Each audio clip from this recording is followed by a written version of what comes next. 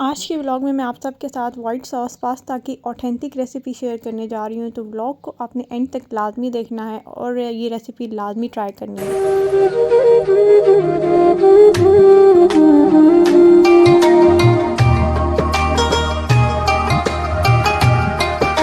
अस्सलाम वालेकुम everyone, welcome to the vlog. उम्मीद करती हूँ कि आप सब खैर खैरियत से होंगे। मैं भी बिल्कुल ठीक हूँ अल्हम्दुलिल्लाह। और आज का प्यारा सा व्लॉग स्टार्ट कर। तो आज मैं वाइट सॉस पास्ता बनाने लगी थी इफ्तारी में। मैंने सोचा कि इसकी रेसिपी मैंने पहले शेयर नहीं की हुई अपने चैनल पर, तो आज मैं वो आपके साथ शेयर करूँगी। So let's start. सबसे पहले मैंने पैन लिया, पैन में ऑयल लिया। ऑयल के अंदर मैंने मैरिनेटेड चिकन ऐड कर दिया। अच्छा, मैं मैरिनेटेड चिकन में मैं बताती हूँ आपको कि मैंने क्या क्या स्पाइसेस ऐड किए। सबसे पहले हमने सॉल्ट ऐड किया। सॉल्ट के साथ मैंने red chilli powder, chicken tikka masala, black pepper powder, 2 spoon of yoghurt, red chilli sauce, soya sauce and vinegar. A few moments later.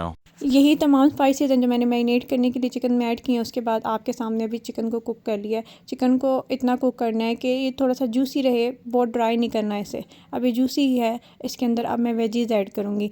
Veggies में मैंने यहाँ पर लिए हैं, पास्ता में आपको जो वेजीज़ पसंद है आप ऐड कर सकते हैं, लेकिन यहाँ पर मैंने कैप्सिकम और अनियन लिए हैं और इन्हें अच्छी तरह से चॉप कर लिया। तो पास्ता में मैंने पास्ता की शेप क्योंकि लंबी होती है, इस वजह से मैंने जितनी वेजीज़ या चिकन वगैरह ऐड किए हैं तो उनको लॉन्गिट्यूडनल शेप में ही कट किया है। अब ये इस चिकन के अंदर हम ऐड कर देंगे। चिकन के अंदर ऐड करने से, क्योंकि चिकन मैरिनेटेड होता है, उसमें फ्लेवर होता है ऑलरेडी, तो इसलिए इसमें जब ऐड करेंगे तो साथ ये वेजीज़ पे भी फ्लेवर आ जाएगा। तो इससे जो स्पाइस लेवल है और जो फ्लेवर है वो अच्छा हो जाएगा पास्ते का। तो इसीलिए मैंने इसी के अंदर कुक कर लिया। याद रहे, हमने चिकन को प्रॉपर्ली कुक करना होता है 100%, बट वेजीज़ को हम प्रॉपर्ली कुक नहीं करते। वेजीज़ को यहाँ पर मैंने सिर्फ 30% कुक किया है ताकि इनका जो फ्लेवर है और क्रंचीनेस जो है वो मेंटेन रहे। इसे जस्ट 5 मिनट के लिए हम मीडियम फ्लेम पर कुक कर लेंगे।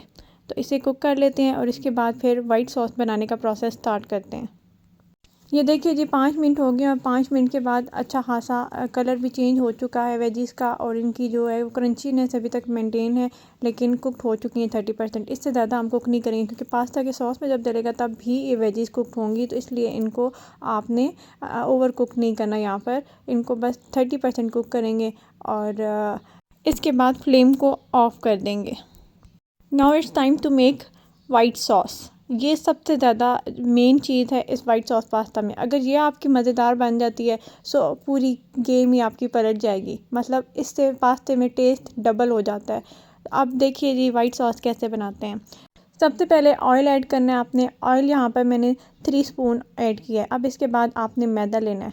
ये जो मैदा है ये आपने बहुत ही कम क्वांटिटी में लेना है। यहाँ पर मैं सिर्फ और सिर्फ 2 स्पून ऑफ मैदा ऐड कर रही हूँ। अगर इससे ज़्यादा मैदा ऐड कर देंगे तो ओवर थिक हो जाएगी सॉस, जो कि बिल्कुल भी रिक्वायर्ड नहीं है हमें। तो हमें जितनी अमाउंट में सॉस चाहिए हम उसी के हिसाब से मैदा ऐड करेंगे। और यहाँ पर मैंने फ्लेम को बिल्कुल लो रखा हुआ है। ना मीडियम करनी है आपने फ्लेम, ना हाई करनी है। लो फ्लेम पे इसे अच्छी तरह से कुक करेंगे। अगर आप इसे कुक नहीं करते तो मैदे का फिर कच्चेपन का टेस्ट आता है।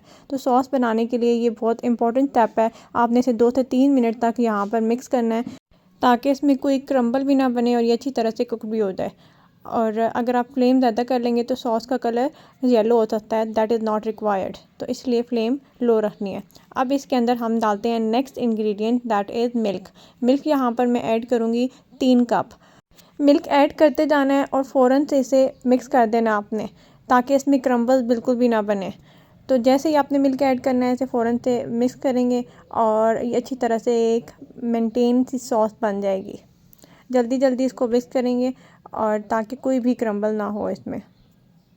अब यहाँ पर इस स्टेप में आप फ्लेम को मीडियम कर सकते हैं या हाई करना चाहें तो तब भी कर सकते हैं। इससे आपकी जो ये सॉस है वो थिकनेस की तरफ बढ़ेगी।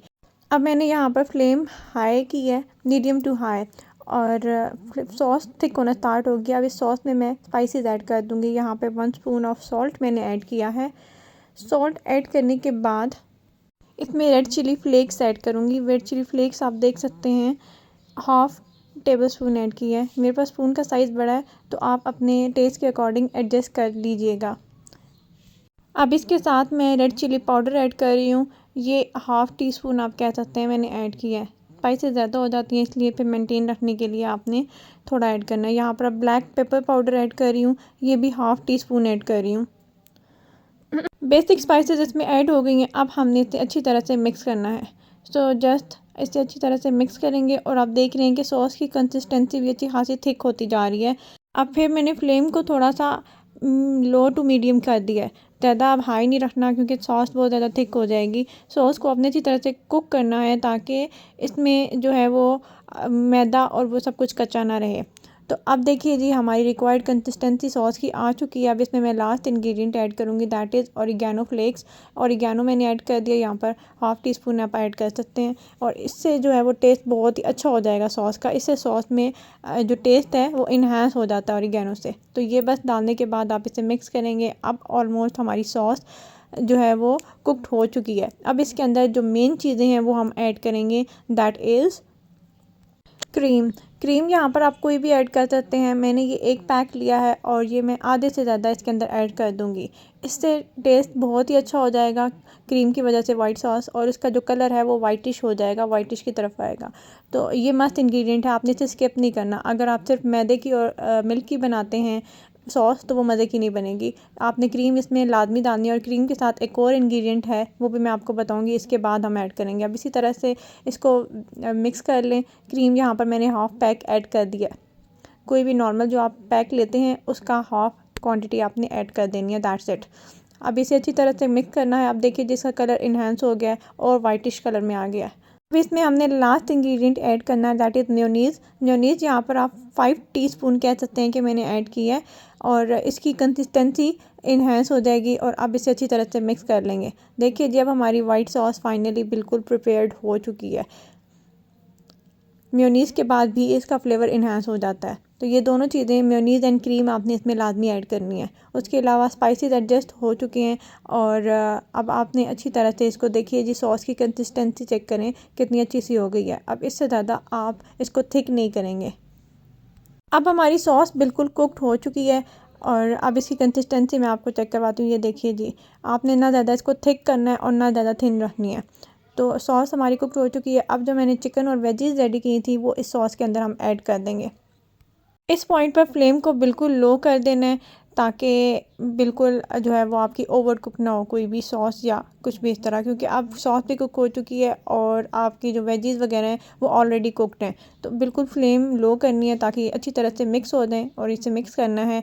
ये जब मिक्स हो जाएंगी दैन इसके अंदर आपने बॉइल्ड पास्ता ऐड कर देना है। अब यहाँ पर मैं ऐड करने जा रही हूँ बॉइल्ड पास्ता। पास्ता बॉईल करते वक्त आपने एक चीज़ माइंड में रखनी है कि इसे ओवर बॉईल नहीं करना। 80% आप पास्ता को बॉईल करेंगे क्योंकि यहाँ पर जब आप इसमें ऐड करेंगे सॉस के अंदर जब मिक्स कर लेंगे देन आप इसको फॉर 3 मिनट दम पर रख देंगे कवर्ड करके। तो तब ये सारा चीज़ें जितनी भी इनमें थी वो सारी कुकड हो जाएंगी। तो और ज़्यादा इसको कुक भी नहीं करना है, इसको फ्रेश रखना है ताकि इसका टेस्ट अच्छा रहे और फ्रेश रहे।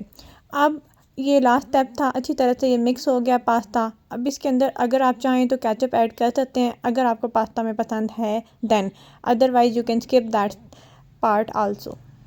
मैं यहाँ पर अब केचप ऐड कर रही हूँ। 2 to 3 स्पून ऐड करनी है, ज़्यादा नहीं ऐड करनी, इससे भी टेस्ट थोड़ा सा अच्छा हो जाता है। अगर आप ज़्यादा ऐड करेंगे तो पिंकिश पास्ता हो जाएगा। आपने पिंक की तरफ नहीं जाना, आपने वाइट कलर ही रखना है। तो इसलिए थोड़ी सी केचप इसमें ऐड करने से टेस्ट इन्हांस हो जाएगा, दैट्स वाई मैंने ये ऐड कर दिया है। बस अब इसको अच्छी तरह से मिक्स कर लेंगे और मिक्स करने के बाद अब हम इसे कवर्ड कर देंगे और यूँ हमारा पास्ता बहुत ही मज़े का रेडी हो जाएगा। ये मैंने इफ्तारी से हाफ़ एन आवर पहले बनाया है और इसको बस हाफ़ एन आवर रिक्वायर्ड है बनाने के लिए, इतना ज़्यादा टाइम भी नहीं लगता। तो आप लोग भी इसे लाजमी ट्राई कीजिएगा। बस अब इसे कवर करने लगे हैं और बाकी इफ्तार टेबल पर चलते हैं कि क्या क्या चीज़ें बनी हैं, देखते हैं। A few moments later. इफ्तारी में जो चीज़ें बनी थी वो रेडी हो चुकी हैं। अब मैं इफ्तार टेबल रेडी करने लगी हूँ। तो चलिए जी इसे करते हैं रेडी। मैं आपको बता देती हूँ आज क्या क्या चीज़ें हैं हमारी इफ्तार मेन्यू में। फ्रूट चाट है जो मस्ट होती है, इसके अलावा वाइट सॉस पास्ता बनाया मैंने, इसके अलावा दही भल्ले हैं और साथ में मिठाई है, पकौड़े लाजमी होते हैं वो, और साथ में हमारे पास जूस है। तो मैं आपको दिखाती हूँ पूरा टेबल प्रिपेयर करने के बाद। आज भी हमारे साथ इफ्तारी में हमें गेस्ट ने ज्वाइन किया है और आज हमारे साथ जुनैरा भी इफ्तारी करेगी और बस गेस्ट आने ही वाले हैं। बस ऑलमोस्ट टेबल भी रेडी हो रहा है, तो उसके बाद फिर हम इफ्तार शुरू करते हैं। जितनी देर मैं इफ्तार टेबल रेडी कर रही हूँ आपने क्या करना है कि चैनल को अगर अभी तक आपने सब्सक्राइब नहीं किया तो जल्दी से सब्सक्राइब कर दें and don't forget to press the bell icon. इससे मेरी तमाम वीडियोस की अपडेट आप तक मिलती रहेगी।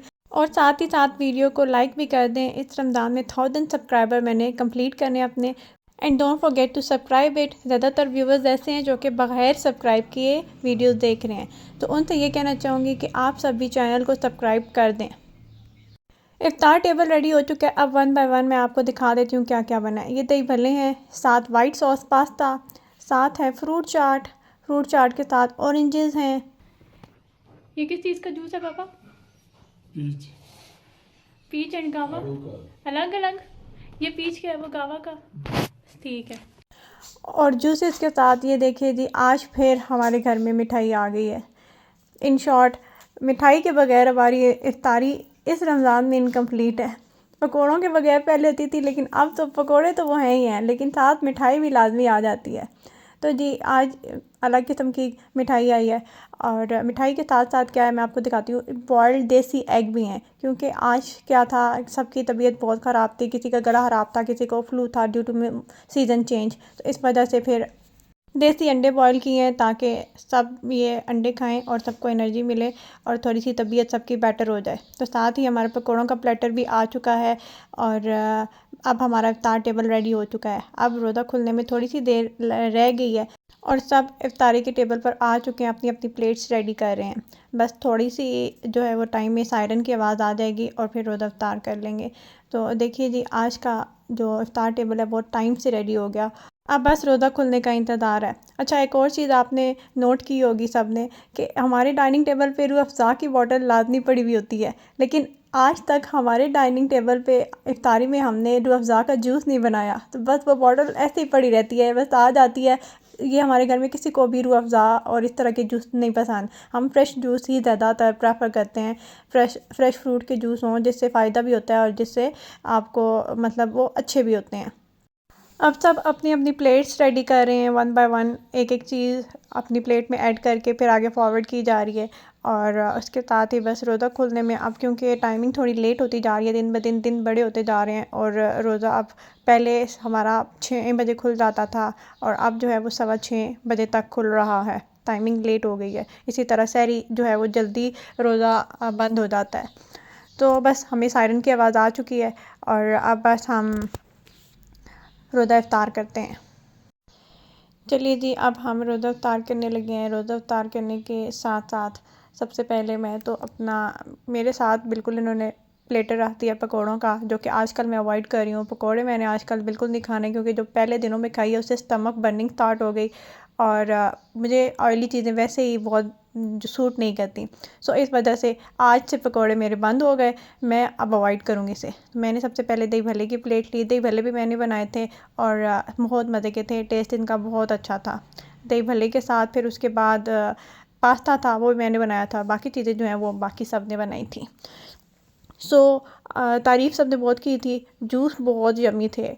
पीच स्कॉच भी बहुत मज़े का था एंड गुआवा जूस भी बहुत मज़े का था। अभी पास्ता टेस्ट करते हैं कि कैसा बना है, क्योंकि इस दफ़ा बगैर टेस्ट किए और बस अंदाज़े से नमक मिर्च ऐड की थी सब चीज़ें। लेकिन जब मैंने टेस्ट किया तो हर चीज़ बहुत ही मज़े की थी और परफेक्ट थी। बाकी सब ने भी पास्ता की बहुत तारीफ़ की और पास्ता के साथ जो बॉयल एग का एडिशन हुआ था ये बहुत यम्मी हो गया था। मैं आपको भी अगर जो भी रेसिपी ये ट्राई करेगा यही सजेशन दूँगी कि साथ बॉयल्ड एग कीजिएगा और वो इसके साथ खाइएगा। तो पास्ते के साथ बॉयल्ड एग का कम्बिनेशन बहुत ज़बरदस्त हो गया, बहुत मज़े का बना था और सब ने बहुत तारीफ़ की, सबको बहुत पसंद आया पास्ता। पास्ता खाया, पेट भर के खाया, मज़े का था। दुनिया की फेवरेट डिश पास्ता है ना। जब रोज़ा रख के कुकिंग करते हैं ना और डिशेस बनाते हैं, फिर जब रोज़े के बाद इफ्तारी के टाइम पे टेबल पे सब चीज़ों की बहुत तारीफ़ होती है तो दिल खुश हो जाता है, एकदम मज़ा आ जाता है। फिर इसीलिए रोज़ जो है वो कुछ ना कुछ न्यू बनाने का दिल भी करता है। चलिए जी, अब करते हैं मिठाई, ट्राई करते हैं ये कैसी है। हैवी होगा बहुत। यानी ऑफ कर लेना, ऑफ मुझे दे दे। हाँ भी मुझे कहता है अच्छा मज़े का, तो उसका मज़े क्या। नहीं, निसार वालों की मज़े की होती है वैसे। आज की मिठाई भी ट्राई करके देखते हैं ये कैसी है। रोज़ अलग अलग किस्मों की मिठाइयाँ आ जाती हैं और ये ऑनेस्टली स्पीकिंग मीठा मुझे बिल्कुल भी खाना पसंद नहीं है, लेकिन फिर भी ट्राई कर लेते हैं। ये बहुत ज़्यादा हैवी है, बहुत ज़्यादा। इसके अंदर ऐसा लग रहा है खोया भी डला हुआ है और बहुत सी एडिशनल चीज़ें डली हुई हैं जो कि बहुत हैवी होती हैं। तो ये तो हाफ़ पीस भी खाना मेरे लिए बहुत मुश्किल हो रहा है, बट थी मज़े की। टर्न हो चुकी है, अब हम पढ़ने लगे हैं नमाज़ें। ये जो लोग बैठे हुए हैं वो क्यों बैठे हुए हैं? वो उठे और नमाज़ पढ़ें। और जो आज कल मेरे हाथ तो हंसना किसने कहा था? ना हंसे बेशक, आप उठे और नमाज पढ़ें। जी जूस स्ट्रॉन्ग था और हैवी भी था, इस वजह से। पीच स्कॉच भी बहुत मज़े का था, और जो गावा जूस है ये तो हमारा पहले दिन से बनता आ रहा है। हमने ये जो डाइनिंग टेबल पे ना, मैं रोज़ यहाँ पे डाइनिंग टेबल पे बनाती हूँ वीडियो, तो रोज़ जो है वहाँ पे एक रोज़ा की बॉटल पड़ी हुई होती है वो सिर्फ यहाँ पे पड़ी रहती है। लाइक हमारे घर में किसी को भी रूह अफ़ज़ा नहीं पसंद, हम लोग ले पीते ही नहीं है, बस ये बॉटल आ जाती है, पड़ी रहेगी। रूह अफ़ज़ा कोई भी नहीं पीता बना कर। वो पता नहीं कौन से लोग हैं जो रूह अफ़ज़ा बनाते हैं। A few moments later. चलिए जी, नमाज भी अब पढ़ ली है, अब बाकी दूसरी शिफ्ट लगाते हैं और अफ्तारी कंप्लीट करते हैं। और अब अफ्तारी हो गई, उसके बाद अब बर्तन संभालना सबसे डिफ़िकल्ट काम, तो अब बर्तन वगैरह समेटते हैं और इसे धोने का बंदोबस्त करते हैं। मेरी डे 1 से यही रूटीन रही है कि मैं अफ्तारी से पहले बहुत सी चीज़ें बना देती हूँ जो भी कुक करनी हो, डिशेस वगैरह जो भी कुछ हो। लेकिन अफ्तारी के बाद बर्तन को मैं बस समेट देती हूँ, कभी समेटती भी नहीं हूँ, और धोने का काम मेरा नहीं होता। ये इस काम से मैंने अपनी जान छुड़वाई हुई है। मुझे बर्तन धोना बिल्कुल भी नहीं पसंद, तो मैंने कभी बर्तन नहीं धोए आज तक। तो बस फिर यहीं तक मेरा काम था। अभी ये बर्तन समेटते हैं, इसके साथ ही फिर व्लॉग को हम करेंगे एंड। दीदी हमारा टेबल अब साफ़ सुथरा हो गया। अब आ जाता है टास्क बर्तन धोने का। ये एक बंदा बैठ के खा रहा है अभी तक पास्ता, जिसे बहुत पसंद आया है। आज वह वाकई बहुत मज़े का बना था, सबने बहुत ज़्यादा तारीफ़ की है। मैंने रेसिपी आपके साथ ऑलरेडी शेयर कर दी है, तो लाजमी आप ट्राई कीजिएगा। अब बर्तन धोने का नहीं, अभी बाय बाय नहीं हुआ बर्तन सारे अब मैंने समेट दिए, यहाँ पर रख दिए हैं। अब ये जिसने धोने हैं वो जाने। यहाँ पर मैं करती हूँ व्लॉग को एंड। मिलते हैं नेक्स्ट व्लॉग में। उम्मीद करती हूँ आपको व्लॉग अच्छा लगा होगा। अल्लाह हाफ़िज़।